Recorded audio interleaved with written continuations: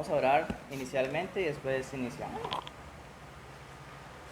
Padre Celestial, damos gracias porque tú nos das, Señor, la oportunidad de venir a tu templo, Señor, de venir a esta iglesia local que tú has establecido.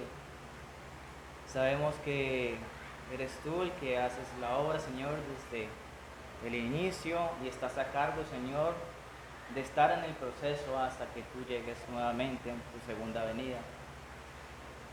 Damos gracias por nuestras vidas, damos gracias por nuestros hogares y pedimos de que sea tu Espíritu Santo hablando, Señor, en nuestro corazón, para que esta palabra no se quede en el aire, sino que cumpla ese propósito por el cual tú la has enviado.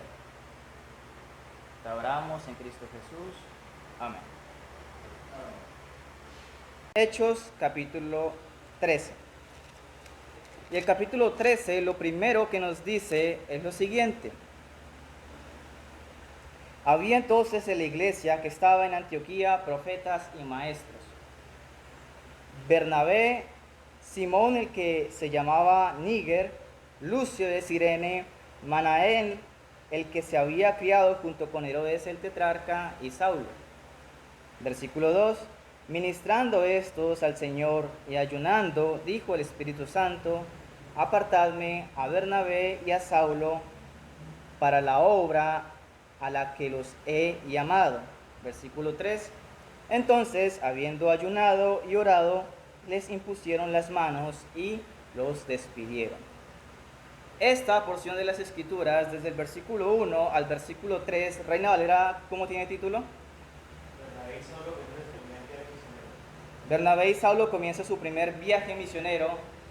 Esta porción, si Dios lo permite, vamos a abordarla en el día de hoy, esos 3 versículos. Es importante que tengamos en cuenta, de nuevo, el lugar en el cual ellos estaban, y vamos a profundizar un poco sobre el lugar en el cual ellos estaban, porque hemos tocado varias características de Antioquía, pero si Dios lo permite, hoy vamos a unir esas características y vamos a ver cómo luce una iglesia cristiana, o cómo luce una iglesia cristiana ejemplar. Si nosotros tenemos la oportunidad de estudiar los libros de las cartas de Romano, de Corintio, de Gálatas, vemos que el apóstol siempre hace una amonestación o tiene un mensaje como tal de amonestación para cada una de esas iglesias. Las iglesias fallaban en algún punto. Y esto es importante porque todas las iglesias, a pesar de que sea el cuerpo de Cristo, cada iglesia tiene su particularidad. Sin embargo, en lo que nosotros hemos estudiado acerca como tal de la iglesia de Antioquía, vemos que la iglesia de Antioquía, cada vez que se nombra, es un aspecto positivo, es un aspecto de realce, es un aspecto que le da más importancia cada vez a Antioquía y que de cierta forma está como desplazando a Jerusalén. ¿No lo han notado? Entonces, vamos a mirar un poco cómo es que lucía esa iglesia ejemplar y que lógicamente es importante para nosotros en nuestros tiempos. A ver si la comparamos un poco con la iglesia de Antioquía y si estamos en la misma línea o estamos un poco apartados. Es necesario evaluarnos como iglesia. Entonces, lo primero que podemos ver de la iglesia de Antioquía es que Antioquía se considera como un centro de fe cristiana. Si vamos a Hechos capítulo 11, versículo 21, dice palabra de Dios para todos. El Señor los ayudaba y muchos creyeron y decidieron seguir al Señor. ¿Cómo dice Valera? 11, versículo 21. La mano del Señor estaba con ellos, y gran número creyó y se convirtió al Señor. Lo primero que podemos ver es que el crecimiento de la iglesia. Pero algo importante que podemos ver del crecimiento de la iglesia es que estaba a la mano del Señor. Y esto es obvio, pero es necesario decirlo. No puede haber crecimiento de una iglesia ejemplar, de una iglesia genuina, si la mano del Señor no está en la iglesia. Eso quiere decir que sí puede haber un crecimiento de la iglesia sin la mano del Señor, pero que no es iglesia del Señor. Y esto es bastante complicado en nuestros días porque normalmente las iglesias, o nosotros que nos identificamos como protestantes, es bastante retador que la iglesia tenga un crecimiento de manera notorio, como las iglesias que no están de la mano del Señor o que el Señor no está allí, pero que sí crecen mucho. Y esto, lo primero que podemos ver es que, bueno, a pesar de que la fórmula pareciera de que las iglesias que tienen mala doctrina son las iglesias que están llenas de personas, de asistentes, también podemos ver de que Dios perfectamente puede obrar en una iglesia con gran cantidad de personas y que tenga una sana doctrina. Amén. De nuevo, es un poquito contrastador o un poquito diferente a la práctica de nuestros días.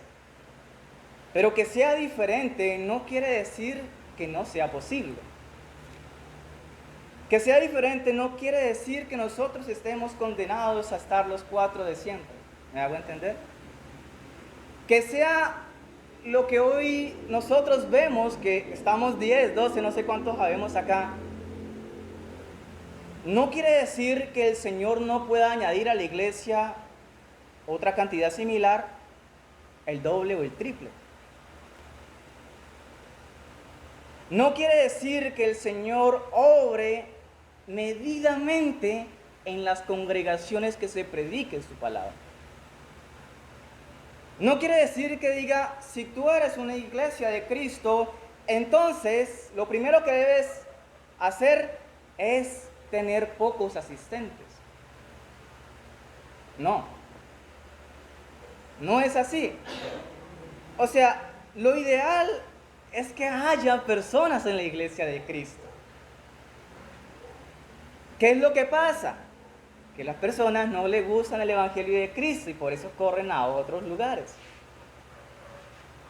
Y es por eso que necesita como tal que la mano del Señor esté en la iglesia. Para que los que estén allí realmente sea el Señor los que los ha puesto y no salgan corriendo. Lo segundo que podemos ver es que Antioquía es el lugar que es notorio en sus alrededores por el Evangelio y especialmente a los gentiles. Hechos capítulo 11, versículo 22. Hermana Miriam, ¿lo tiene?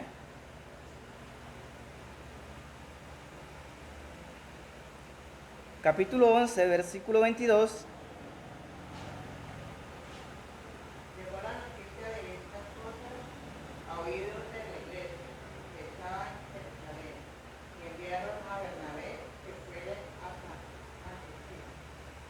Muchas gracias. Es importante esto. ¿Por qué? La iglesia de Cristo no es una iglesia hermética. No es una iglesia donde lo que nosotros estamos contando aquí son secretos o ultra secretos, cosas ultra secretas que no se pueden saber afuera. No son archivos de la NASA, no son cuestiones que sean misteriosas para que otras personas no se den cuenta. Entonces, Antioquía era un lugar notorio, incluso en la iglesia de Jerusalén, que se supone que es la iglesia mamá, que es donde nació todo. Pero fue supremamente notorio de que allí se estaba predicando la palabra de Dios y que allí había un gran número de creyentes, los cuales Dios había puesto en este lugar. La cuestión es que los cristianos de Antioquía era gente visible. El pastor Pedro muchas veces dice aquí: no seamos cristianos espías, no seamos cristianos o no seamos asistentes aquí simplemente para que nosotros estemos en comunión y que nadie más se dé cuenta. No, porque recordemos que nosotros somos los portadores de la palabra de Dios. Recordemos que Cristo nos dejó a nosotros para ser luminares. Recordemos que Cristo nos dejó a nosotros para ser la sal del mundo. Y el mundo puede estar, la comida puede estar, pero si no le echas la sal, pues no va a estar. Esto nos lleva a decir lo que en un tiempo vine repitiendo: donde está el creyente, está el evangelio. Y seguramente nosotros no estamos aquí viviendo dentro de estas cuatro paredes, y seguramente en la iglesia de Antioquía los creyentes no vivían resumidos allí a las casas donde se congregaban. Al igual que nosotros, el día de reunión iban y recibían el mensaje, pero después, ¿qué pasa? Se esparcían cada uno para su lado. Cada uno de nosotros tenemos diferentes roles, tenemos diferentes oficios, estudiamos, trabajamos, dirigimos, en fin. Y si nosotros nos movemos, allí se está moviendo el evangelio. De esta manera que Antioquía era un lugar notorio. Iglesia, de nuevo, es el creyente, es donde está el creyente, donde está el evangelio. Pareciera que es donde está la Biblia.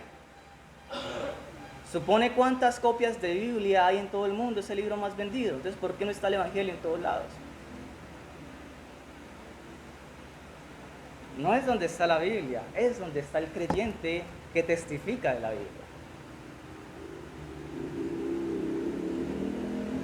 Si no, todo el mundo conociera el evangelio. Prácticamente todas las personas, por lo menos aquí en este país, tienen una Biblia en la casa. Pero ¿por qué no conocen el evangelio? Porque este libro, solito así, sin abrirlo, es un libro más. Porque es necesario que el creyente testifique, se hace testigo de Jehová donde quiera que esté.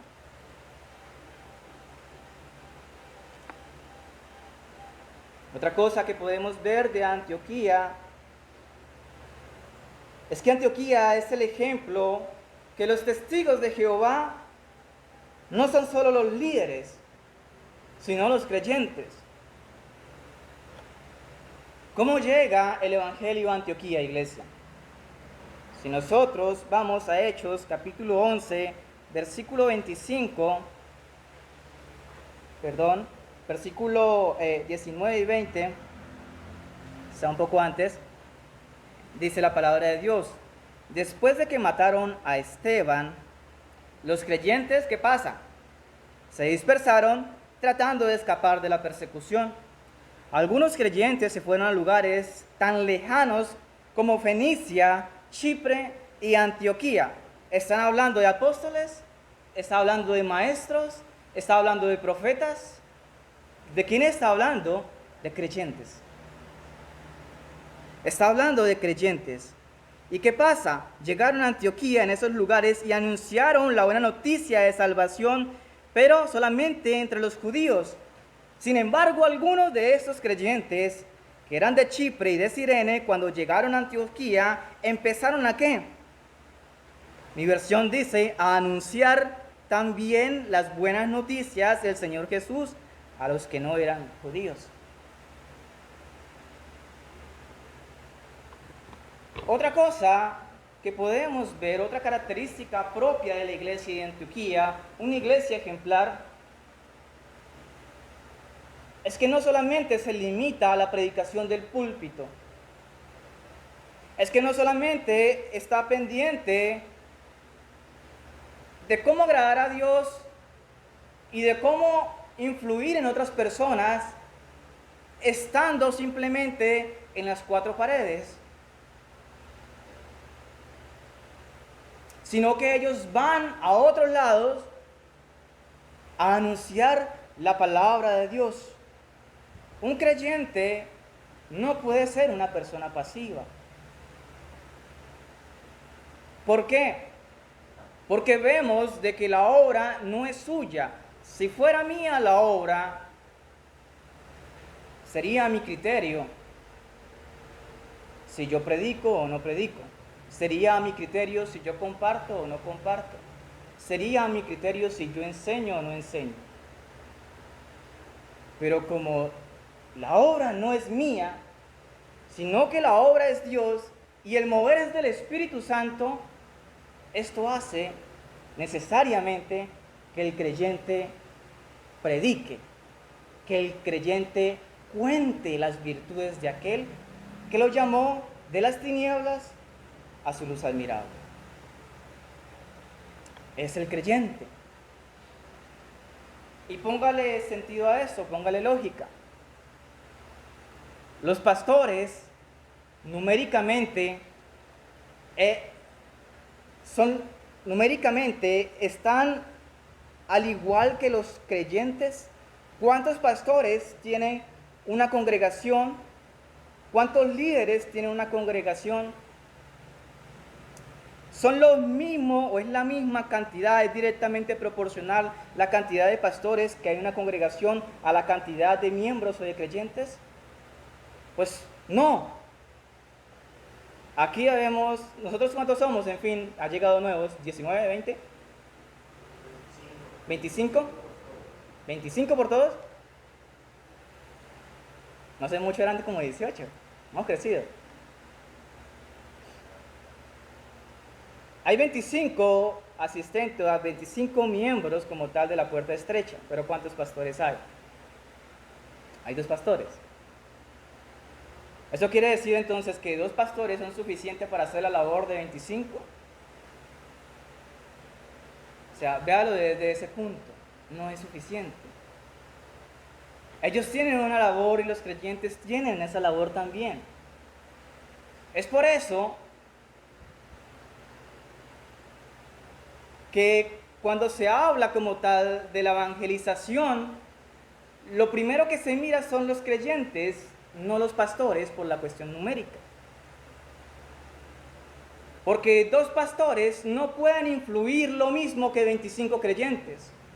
Porque 3 pastores no pueden influir lo mismo que 50 creyentes, o en algunas congregaciones que son más, pues igualmente. Y esto habla del cuerpo de Cristo, de lo que nosotros hemos venido hablando el domingo pasado, pues, ¿cierto? Esto habla del cuerpo de Cristo, de cuál importante es el cuerpo de Cristo. De que nosotros como cuerpo de Cristo, si no somos pastores, debemos también tener esa labor de anunciar esa palabra. Debemos de ser órganos funcionales dentro del cuerpo de Cristo.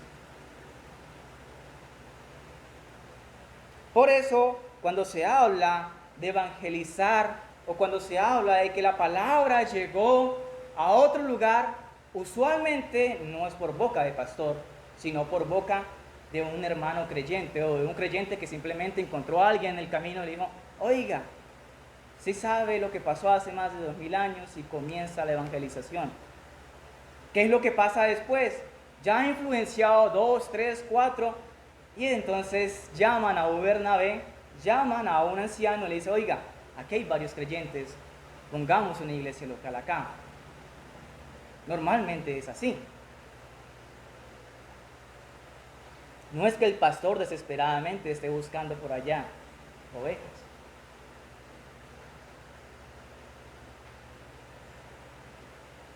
Otro punto que podemos ver acerca de la iglesia de Antioquía es que fue el lugar como tal de la reincorporación del liderazgo del apóstol Saulo.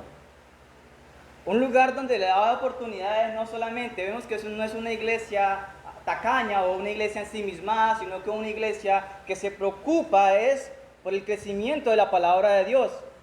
¿Me hago entender? ¿Por qué? El apóstol Saulo tenía muy mala reputación. Y ya llevaba un poco de tiempo, más de 10 años llevaba el apóstol Saulo en esta mala reputación y nadie quería escucharlo. El apóstol Saulo se esforzaba una y otra y otra y otra vez y no. Pero la iglesia de Cristo, la iglesia que está centrada en el mensaje, en las escrituras y no en un líder, debe de pensar en esto. Y por la gracia Dios puso allí a Bernabé y que Bernabé fuera y rescatara, fuera y llamara al apóstol Saulo. Y es desde este entonces que vemos realmente los frutos del apóstol Saulo. ¿Cuánto tiempo tardó? Mucho tiempo. Esto está en Hechos capítulo 11, versículo 25. Entonces Bernabé fue a la ciudad de Tarso a buscar a Saulo. Esto nos habla también de que a la iglesia de Antioquía le interesaba de que tuviera multitud de consejeros, multitud de ancianos, que hubiera un crecimiento del evangelio realmente.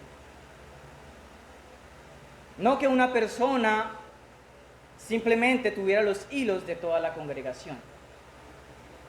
Bernabé fue quien fue escogido en Jerusalén para estar delante, para estar pendiente como tal de la iglesia de Antioquía. Y Bernabé pudiera decir, ¿sabe qué? Yo fui el elegido, yo fui el escogido, ustedes sobran. Pero Bernabé no hace eso. Sabía que no era su obra. Y sabía que Dios había llamado a Saulo. Era el único prácticamente que sabía eso. Y confiaba en esto. Así que vemos de que la iglesia de Antioquía se preocupa por esa multitud de consejeros. Que la iglesia de Antioquía se preocupa por tener líderes que den un alimento sólido al pueblo.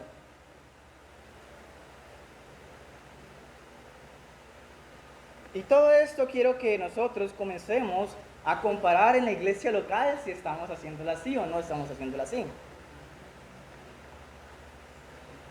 Porque son formas como nos evaluamos, sino cómo nos evaluamos nosotros.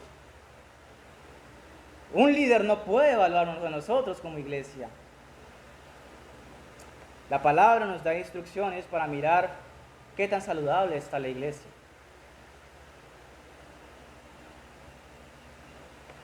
También mencionábamos que la iglesia de Antioquía fue el lugar donde por primera vez a los seguidores del camino se les llaman ¿cómo?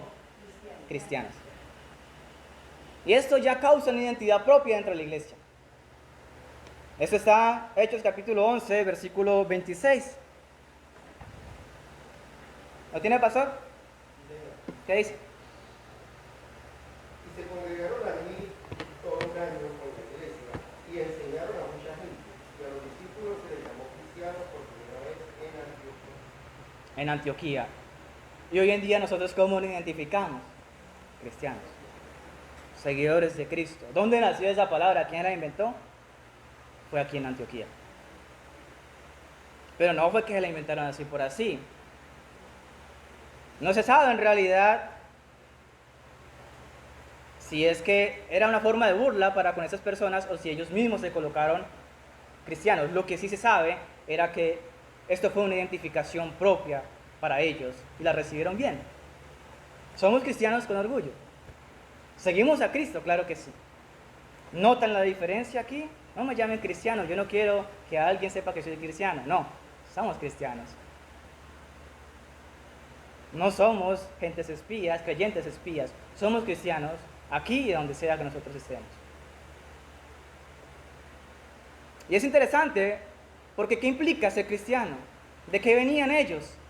De una persecución. Venían de ser perseguidos y estar corriendo para que no los asesinaran o para que no los metieran a la cárcel. Y aún así, se presentaban como cristianos. Es como decirle a alguien, a nuestro perseguidor, ¿sabe qué? Yo soy aquel que usted está persiguiendo. Yo soy. ¿Me hago entender? Se estaban clavando el mismo puñal. Pero no le importaba eso. Y esto habla un poco del orgullo de ser cristiano. Que no debe ser un motivo de vergüenza para nosotros que nos nombre como cristianos, que nos nombre como evangélicos. Claro que sí, seguimos el evangelio y seguimos a Cristo. Eso es ser cristiano.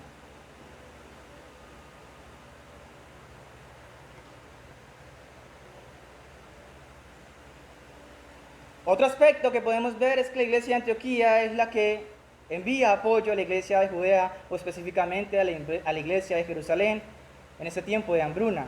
Hechos capítulo 11, versículo 27 al 30.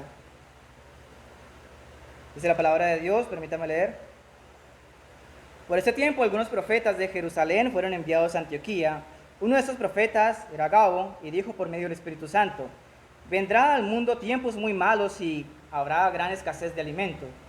Esta hambruna sucedió cuando Claudio era emperador. ¿Pero qué hicieron los seguidores? Los seguidores decidieron que iban a ayudar a sus hermanos que vivían en Judea. Cada uno de ellos planeó enviarle toda la ayuda que pudiera. Así lo hicieron, y enviaron su dinero con Bernabé y Saulo, quienes a su vez se lo llevaron a los ancianos líderes de Judea. Vemos una iglesia que se preocupa por la iglesia. Una iglesia que le importa a sus hermanos en la fe. Una iglesia que no es egocéntrica. Una iglesia que le duele que el hermano le duela. Una iglesia que siente la necesidad de que el hermano esté pasando hambre. Una iglesia donde ve que si alguien no tiene alimento porque es muy pobre, está allí para tenderle la mano. Una iglesia que si mira que algo está faltando dentro de la propia iglesia, ya sea de manera física, dentro del templo, o para las personas, están allí. No es una iglesia ausente y no es una iglesia ajena. Es una iglesia que se preocupa realmente por el bienestar, no solo espiritual, sino también físico de la iglesia. Porque nosotros pudiéramos sacarla por la tangente. Nosotros nos preocupamos porque compartimos la palabra de Dios. Y eso es preocuparse por sus almas. Pero ¿qué hay de las necesidades inmediatas? ¿Qué hay de las necesidades propias que surgen del día a día?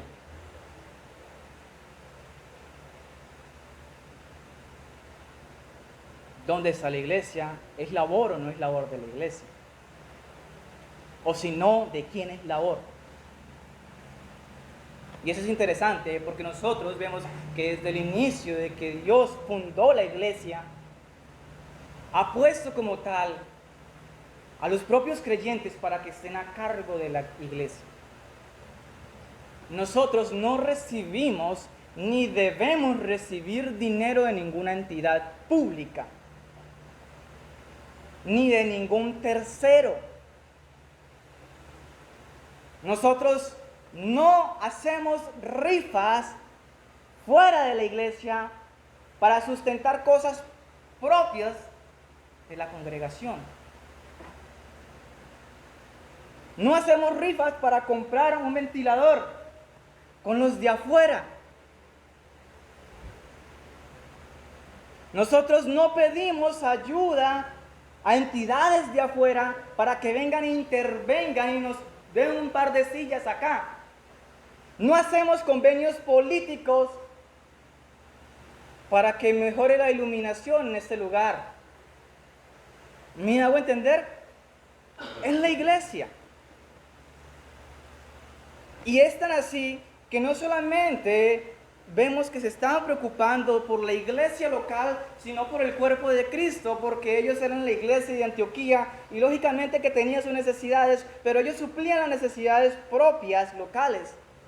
Sin embargo, dice, hay una hambruna fuerte por allá en Judea. Los de Jerusalén van a aguantar hambre, van a haber escasez de alimento, la van a sufrir.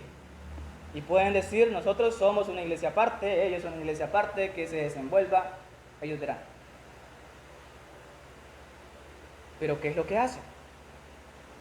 Reúnen todos los fondos y los envía con Bernabé y con Saulo para que tenga sustento allí en esos tiempos de hambruna. Iglesia, yo les pregunto, ¿es fácil un tiempo de hambruna? Tal vez algunos de nosotros lo vivimos en el tiempo del COVID,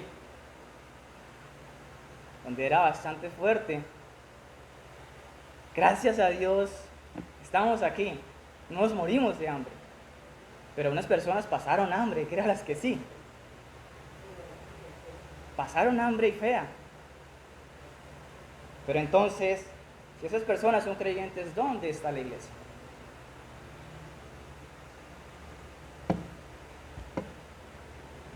Somos así acá.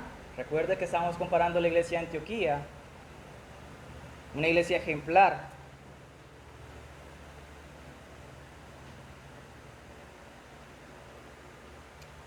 Eso es importante porque la iglesia no se debe centrar en una sola misión. La iglesia no es simplemente el lugar donde yo vengo a compartir un mensaje.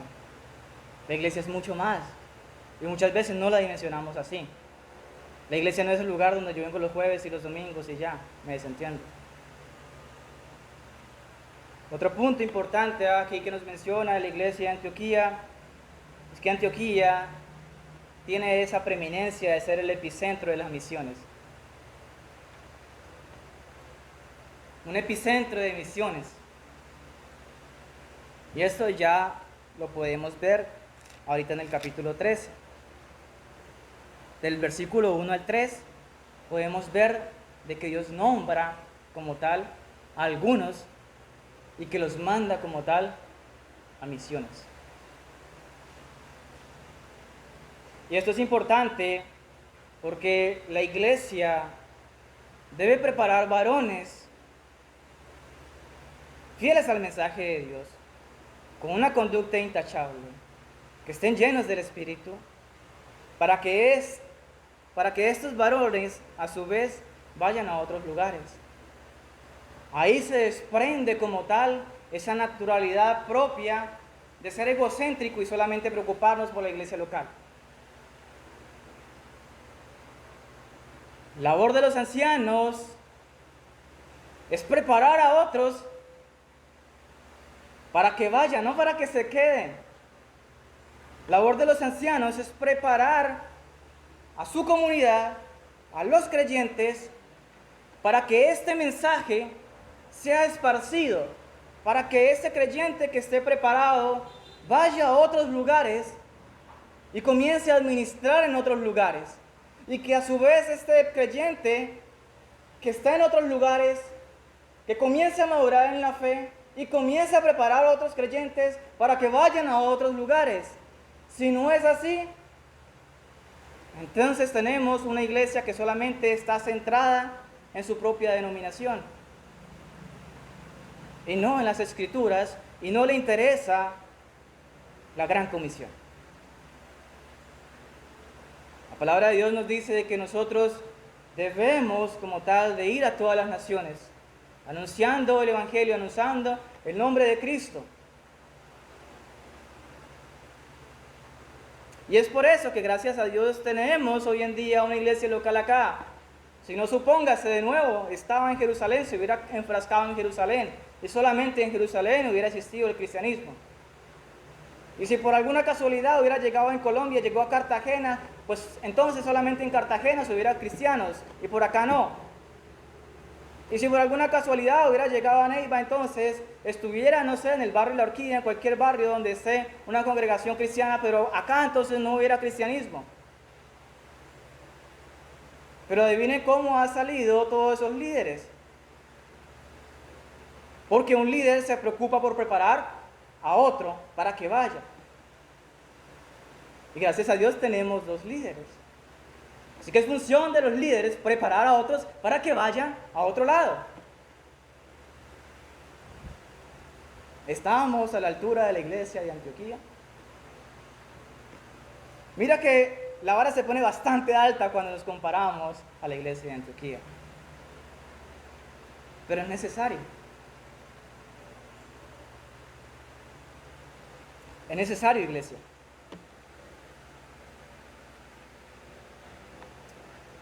Y esto es simplemente para mencionar cómo estaba la iglesia de Antioquía. El versículo 1 nos muestra, permítame, dice versión Valera: había entonces en la iglesia que estaba en Antioquía profetas y maestros. Profetas y maestros. ¿Qué es un maestro? ¿Qué es un maestro? El que enseña. Nosotros tenemos en el mismo maestro. Los maestros son los que enseñan y tienen su campo bastante amplio. No necesariamente tiene que estar en un púlpito. Un maestro puede estar en un seminario, ¿por qué no? Ahí están los maestros. Personas que se dedican a la profundidad de la teología. Personas que escriben libros, que escriben módulos completos. Que hacen web seminarios para uno aprender ciertas cosas. Que escriben literatura, que hacen aportes. Así que encontramos en la iglesia de Antioquía este tipo de estudiosos, maestros, que enseñan, que explican, que estudian. Pero también nos encontramos a los profetas, y es aquí donde yo quiero también ahondar un poco. ¿Qué significa un profeta? La palabra profeta viene del griego profetes, que significa mensajero de Dios o el que habla. Lógicamente, dentro del contexto escritural, pues habla de parte de Dios. Es simplemente aquel que habla de parte de Dios. La idea aquí es que es un vocero o un portavoz. Ahora, es importante que el Nuevo Testamento nos habla repetidamente de los profetas. E incluso nos habla de los apóstoles. Y no es por pasarlo por alto, hay una razón de ser. El Nuevo Testamento toca como tal los profetas en su función, no es su título, no es su esencia. La función viene acompañada con la definición de la palabra profeta, que es ser un portador de voz, que es ser esa persona que anuncia. Y no viene como un título, como propia esencia, como en los tiempos de Isaías, Jeremías, Daniel, Oseas. Así que claro que en el Nuevo Testamento hay profetas, claro que sí, en su función. Ahora es importante de que los profetas constituyen como tal el ministerio que fue creado por Cristo. Los maestros forman parte, los profetas forman parte, los apóstoles forman parte, los pastores forman parte y los evangelistas. El ministerio que estableció Cristo. Se lo encontramos, Efesios 4, vamos allá.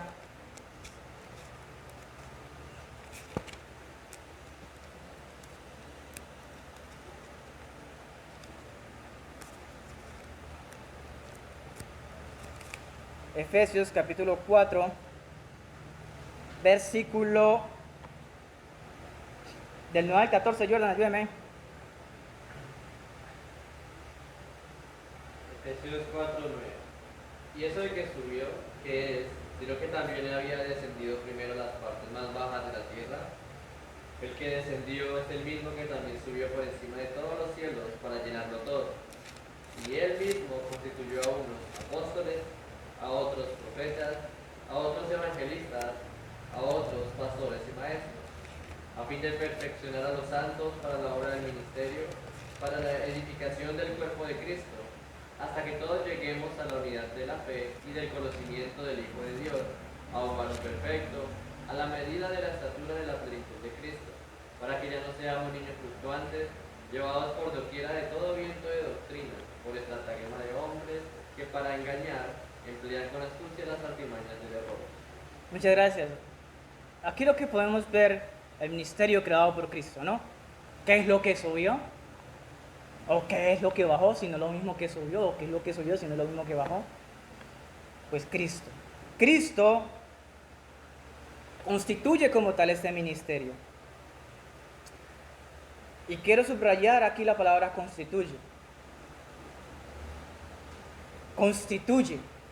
Él los nombra. Él los escoge. Él los llama.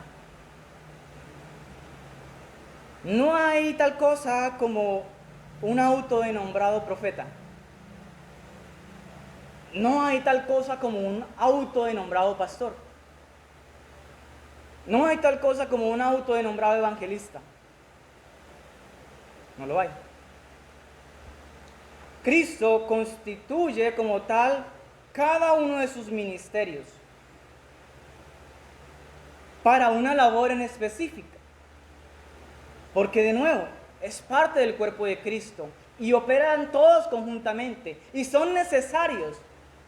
Claro que son necesarios. ¿Es necesario los apóstoles? Eso. ¿En qué está cimentada nuestra fe? ¿En qué está cimentada nuestra fe si no también los profetas? ¿Qué somos sin los pastores? ¿Qué somos sin los evangelistas? ¿Qué somos sin los maestros? El ministerio como tal, creado por Cristo, tiene en cuenta como tal profetas, pastores, maestros. Así que no es por autonombramiento en que yo quiera como tal ser de la noche a la mañana un pastor, porque entonces ya no está la iglesia centrada en la palabra de Dios, no está centrada en la expansión del evangelio, sino que está centrada en la persona, en beneficios propios. Cuando yo de la noche a la mañana, si yo llevo asistiendo 1 mes, 2 meses a una congregación y de repente monto mi iglesia, entonces, ¿qué hacemos allí?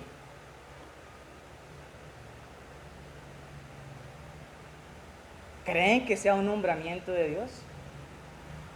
Teniendo en cuenta toda la reflexión que dio el pastor esta mañana, que es necesario que lo conozca, y mayormente los ancianos, por eso le dicen ancianos, por su conocimiento.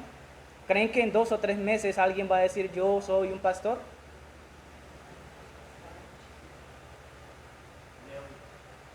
Es un neófito, le falta mucho. No hay un llamado, seguramente no hay un llamado allí.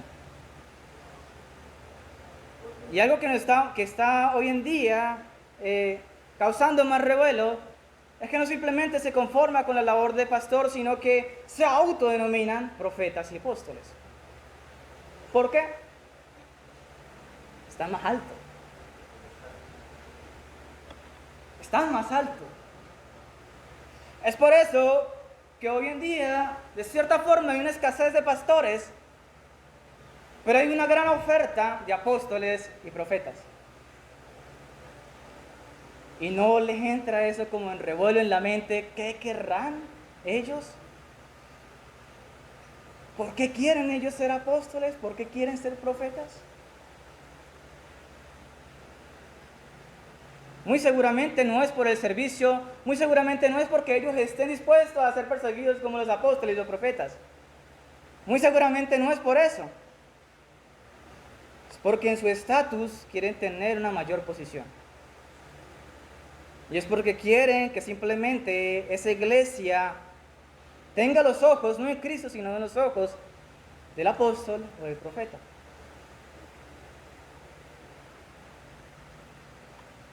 Ahora, estos profetas que nos menciona el Nuevo Testamento, debemos de marcarlos en unas labores específicas que ellos tienen. Primera de Corintios, capítulo 14, versículo del 1 al 5.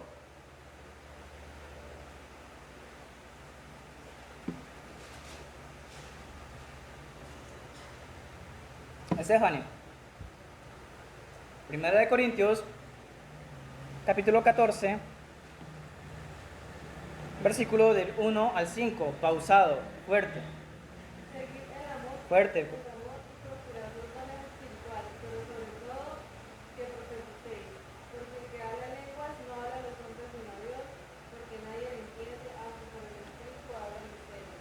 Pero el que profetiza habla a los hombres para edificación, exhortación y consolación. El que habla lengua extraña a sí mismo se edifica, pero el que profetiza edifica la iglesia.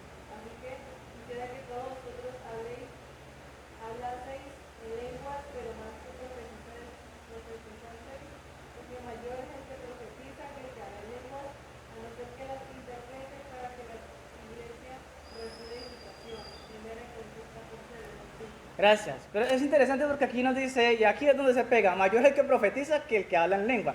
Sí, mayor es el que profetiza, entonces yo voy a ser profeta porque yo soy mayor. Yo soy mayor. Pero enfoquémonos de cuál es su labor, porque dice que el que profetiza o el que dice profecías es para edificación, para exhortación y para consolación. ¿Cuál es la labor del profeta? Edificar, exhortar, consolar. Esta es la labor del profeta que podemos encontrar, y de los profetas que nos está hablando el capítulo 13, y que muy seguramente lo van a encontrar en el transcurso del Nuevo Testamento. ¿Sí? Esta es la labor de los profetas que podemos encontrar en ese Nuevo Testamento. ¿Qué es lo que hacen? Edifican, exhortan y consolan. La cuestión es que hoy en día los que se dicen profetas ni edifican, ni exhortan, ni consolan. Ni consuelan, perdón. ¿Consuela está mal? Consuelan. ¿Qué es lo que se dedican entonces a hacer? A hablar otro evangelio. A hablar de ellos mismos. A utilizar la escritura para cualquier otro propósito, menos para edificar, para exhortar y para consolar. Mucho menos aquí nos dice que el profeta está puesto para especular o para gobernar. No está en las funciones. Pero hoy en día se toma como si fuera una autoridad suprema y se autonombran como profetas para gobernar y para especular, para decir cualquier atrocidad, cualquier barbaridad que se le venga en la mente.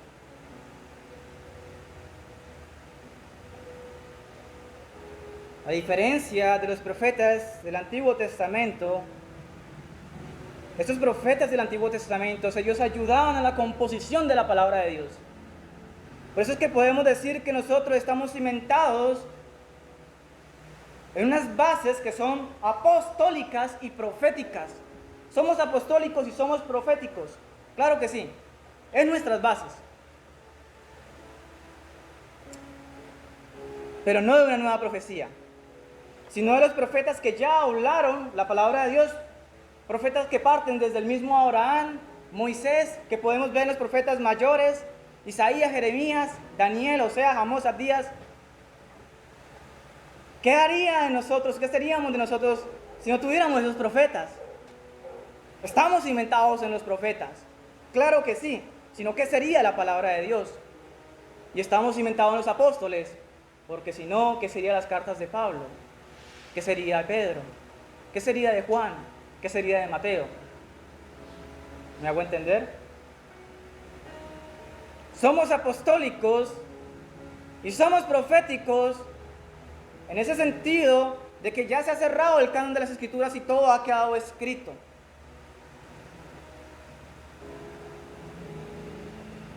De que tenemos las enseñanzas de ellos, que tenemos la palabra que ellos han escrito. Pero no en palabras nuevas, en palabras frescas, en Biblias evolucionadas. Ese no es nuestro fundamento. Nosotros somos apostólicos y somos proféticos, en el sentido de que ya todo está escrito. que tenemos la palabra profética más segura y que estamos cimentados en el estudio que hicieron los apóstoles y cómo ellos revelaron esas grandes verdades que los profetas habían dicho. Porque los profetas visualizaban a Cristo, pero no vivieron en el tiempo de Cristo. Los apóstoles pudieron tener ese conocimiento y unificar a eso que le faltaban a los profetas.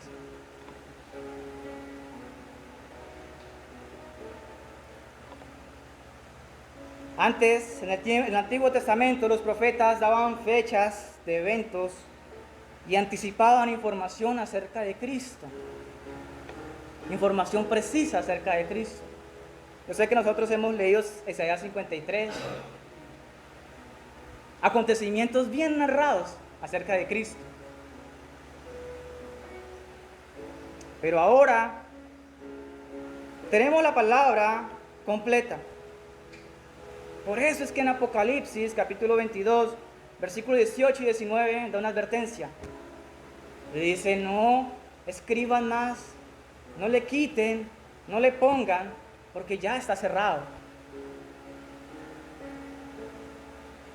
Mabel, ¿qué dice Apocalipsis, capítulo 22, versículos 18 y 19? 18 y 19. Yo testifico a todo aquel que oye las palabras de la profecía de este libro. Si alguno añadiere a estas cosas, Dios traerá sobre él las plagas que están escritas en este libro. Y si alguno quitare de las palabras del libro de esta profecía, Dios quitará su parte del libro de la vida y de la santa ciudad y de las cosas que están escritas en este libro. Muchas gracias. ¿Quieres plagas? ¿Quieres maldiciones? Póngale. ¿Quieres que no seas incluido en el listado del reino de Dios? Quítalo. Es así de sencillo. Ni ponerle ni quitarle. El canon ya se ha cerrado. No hay nueva profecía. Antes los profetas en el Antiguo Testamento tenían cierto gobierno. En el pueblo tenían cierto gobierno. Si vemos pasajes como 1 Samuel capítulo 12, donde Samuel le da unas directrices al pueblo. De hecho, Samuel, vemos que es profeta, pero a la vez es juez.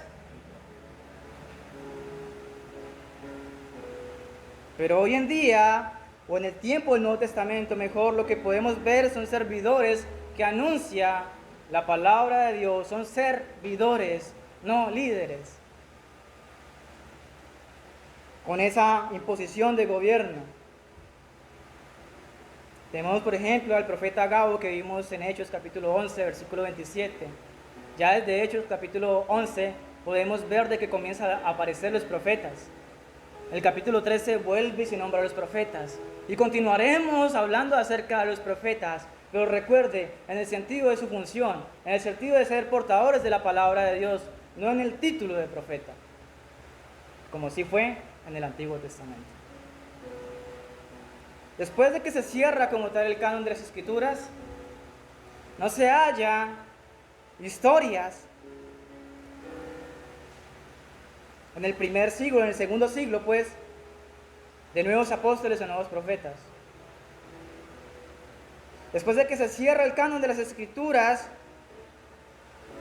llegan hasta ahí los apóstoles, llegan hasta ahí los profetas. Así que este ministerio, que está compuesto por 5 de Cristo, apóstoles, profetas, pastores, maestros y evangelistas, vemos el cumplimiento por lo menos de 2 de ellos. ¿Qué tenemos en nuestros días? Pastores, maestros, evangelistas. ¿Es claro? Es por eso que los reformados no toman vigente a nuestros días estos 2 oficios, ni de los apóstoles, ni de los profetas, a nuestros días.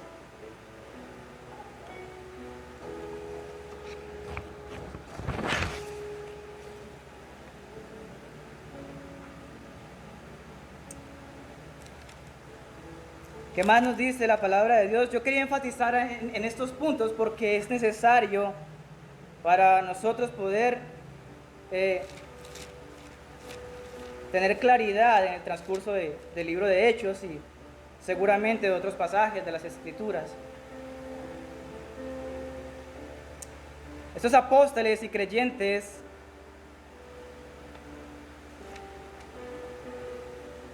en Antioquía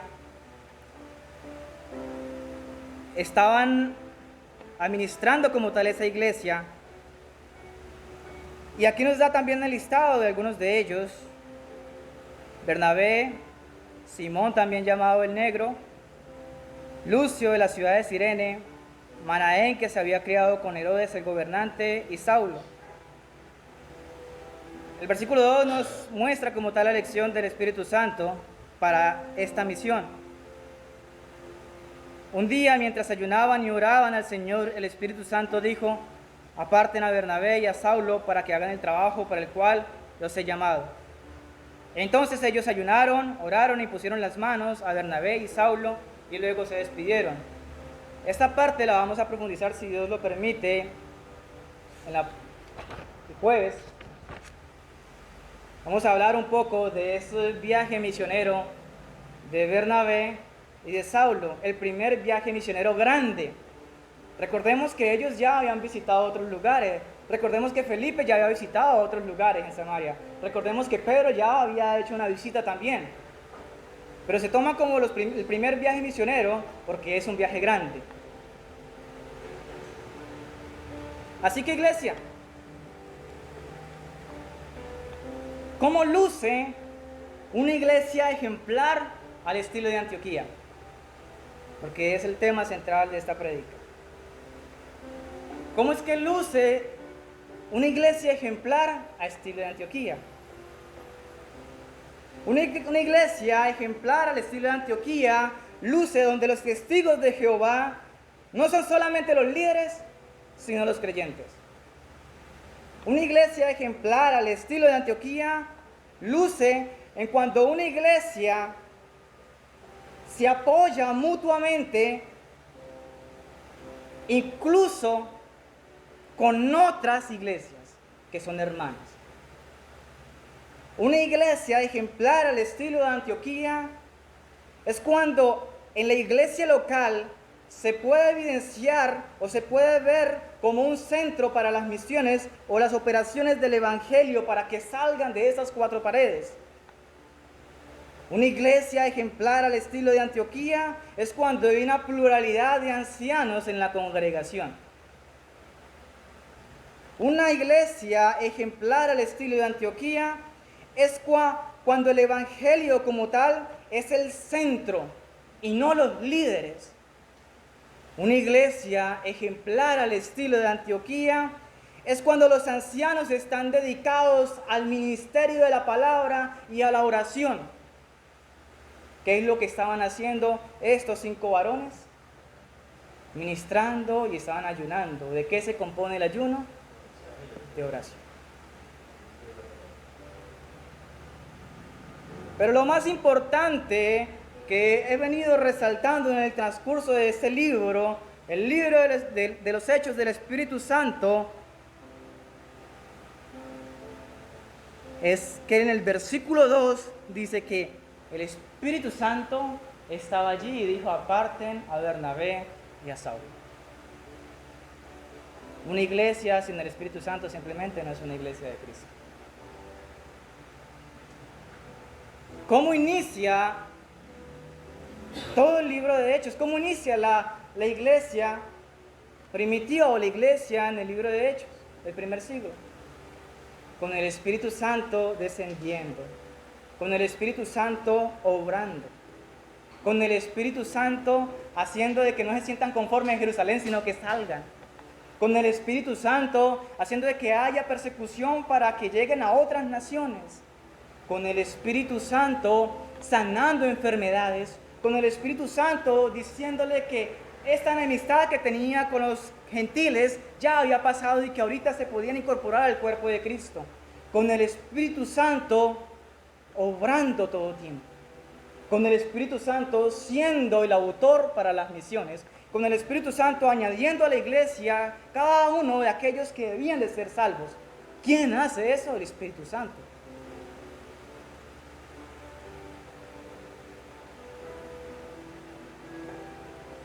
Nada hay por fuera del Espíritu Santo en una iglesia. El Espíritu Santo debe que ser el artífice desde comienzo hasta el final. Es quien persevera por nosotros como iglesia. Es por eso que nosotros hoy en día tenemos congregaciones. No por un pastor o por la dialéctica o por el buen discurso de un pastor o de un líder. Es porque el Espíritu Santo toca el corazón y persevera esa iglesia. Hace que esa iglesia esté allí.